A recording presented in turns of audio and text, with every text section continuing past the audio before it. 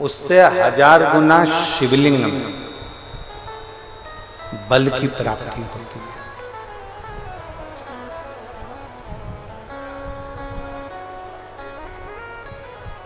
प्रदोष के दिन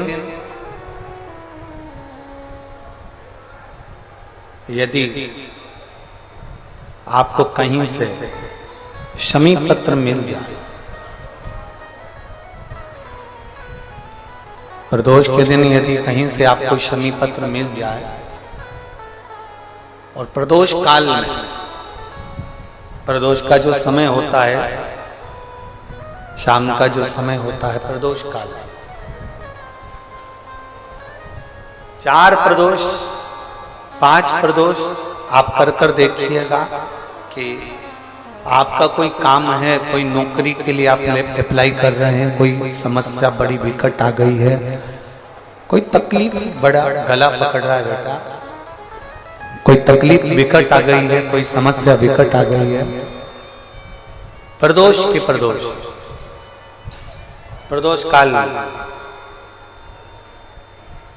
अगर एक शमी पत्र भी आप घर के शिवलिंग को, अब ये करने के लिए आपको मंदिर के शिवलिंग नहीं जाना, अपने घर में जो शिवलिंग, चाहे वो स्फटिक का हो, पारद का हो, कंकर शंकर का हो, लकड़ी का हो, जो शिवलिंग तुम्हारे घर में, कांच का हो, चाहे वो नर्मदा के कंकर का हो, नर्मदेश्वर हो, पाषाण का हो, जो शिवलिंग, चांदी का हो, सोने का हो, तांबे का हो, पीतल का हो, जो शिवलिंग तुम्हारे,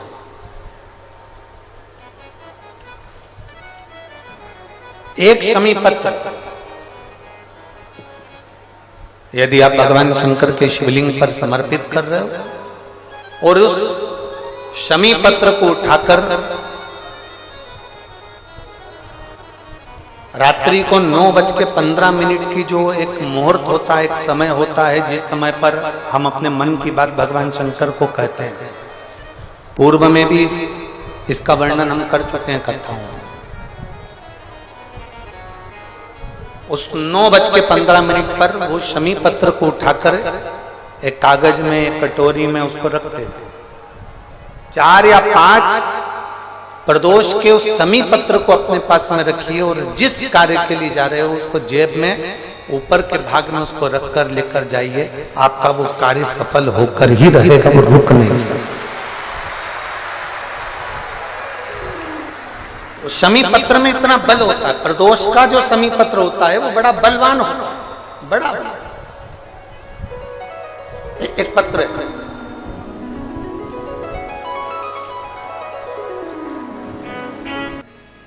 संकल्प लेकर भगवान शिव की भक्ति,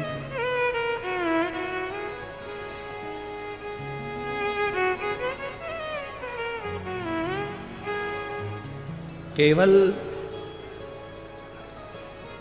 विदर्भ राज भीष्मक की बहन इंदुमती ने ही शिव की भक्ति नहीं करी, विदर्भ राज भीष्मक की कन्या रुक्मणी जी ने भी शिव भक्ति करी, शंकर की आराधना।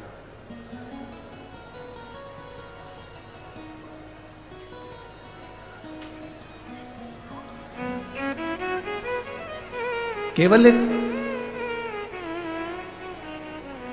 आप लोग ये कभी विचार मत लाइए अपने मन में कि हम शंकर जी को एक लोटा जल चढ़ाते हैं।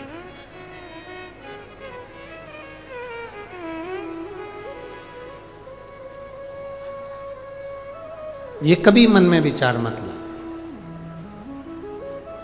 हमेशा ये मन में विचार लेकर आओ कि हम शिव जी के इतने प्रिय हैं कि शंकर भगवान हमको खींचकर अपने मंदिर तक बुला लेते हैं और एक लोटा जल चढ़वा लेते हैं।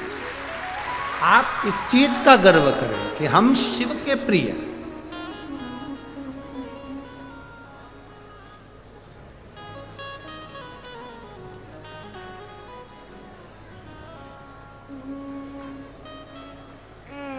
एक बार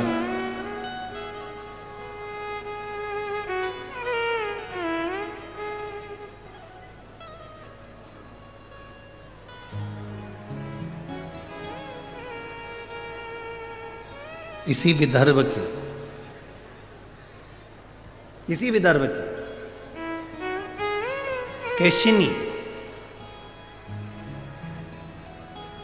इसी विदर्भ की केशिनी राजा सगर की धर्म पत्नी। विष्णु पुराण कहता है इसी विदर्भ की इंदुमती थी, इसी विदर्भ की कैशिनी थी, राजा सगर की धर्मपत्नी।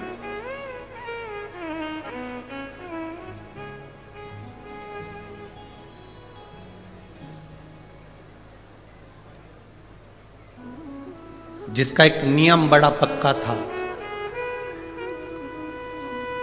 अमरावती के नजदीक में ही एक वरुणा नदी है, विदर्भ के अंतर्गत बड़ा उसका भाव व्यक्त किया गया है। केशिनी राजा सगर की धर्मपत्नी इसी विदर्भ की थी। आपको यह महसूस नहीं होना, आप कभी अपने भीतर यह मत लाना कि हम शंकर जी को जल चढ़ाते हैं। सुन लो विदर्भ वासियों, अमरावती के निवासियों और जितने इस विदर्भ के रहने वाले, जितने महाराष्ट्र की पवित्र भूमि पर रहने वाले हैं, आपको पहले भी कहा महाराष्ट्र की धरा शिव की है और महाराष्ट्र की धरा छत्रपति शिवाजी की है। छत्रपति शिवाजी की भी यह धरा है, वीर शिवाजी की भी यह धरा है और शिव की भी यह धरा, शिव और शिवाजी दोनों की।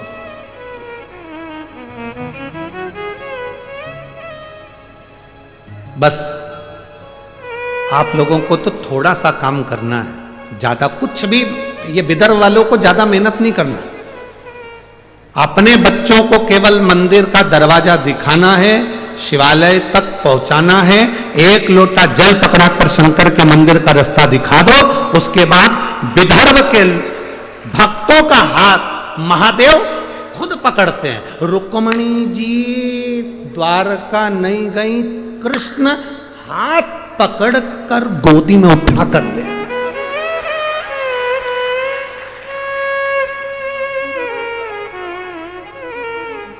इंदुमती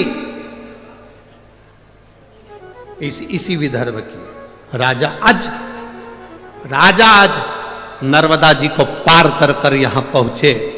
सरयू के तट के रहने वाले राजा आज, अवध के रहने वाले राजा आज यहां पहुंचे और इंदुमती का हाथ पकड़, जो शंकर की आराधना करता है, जो शिव की उपासना करता है, जो शिव यहां केशनी की कथा करती, राजा सगर इस विदर्भ की भूमि पर पहुंचे, केशनी का हाथ पकड़कर लेकर गए।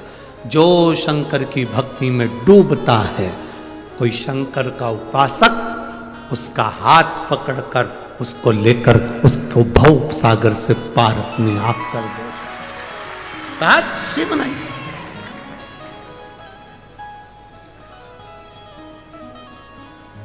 विदर्भ की भूमि पर तो इतना शिव की कृपा, इतनी करुणा है यहां।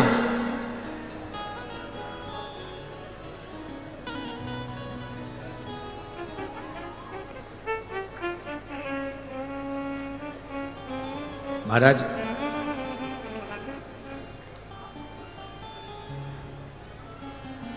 इसी विदर्भ की थी कैशिनी,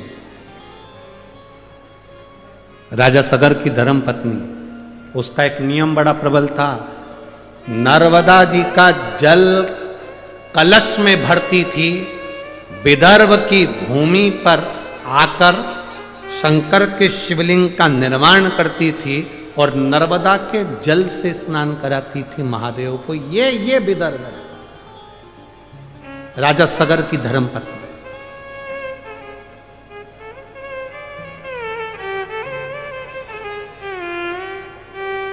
अब जरा विचार कर लो, राजा सगर की धर्मपत्नी नर्मदा जी से जल लेकर आकर विदर्भ के शिवलिंग पर जल चढ़ाती थी। इंदुमती शिवलिंग को जल चढ़ाती थी। रुक्मणी जी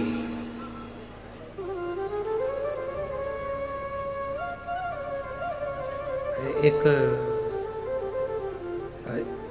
आप लोगों ने कथा में स्मरण किया होगा, रुक्मणी जी ये जो कथा का नाम है ना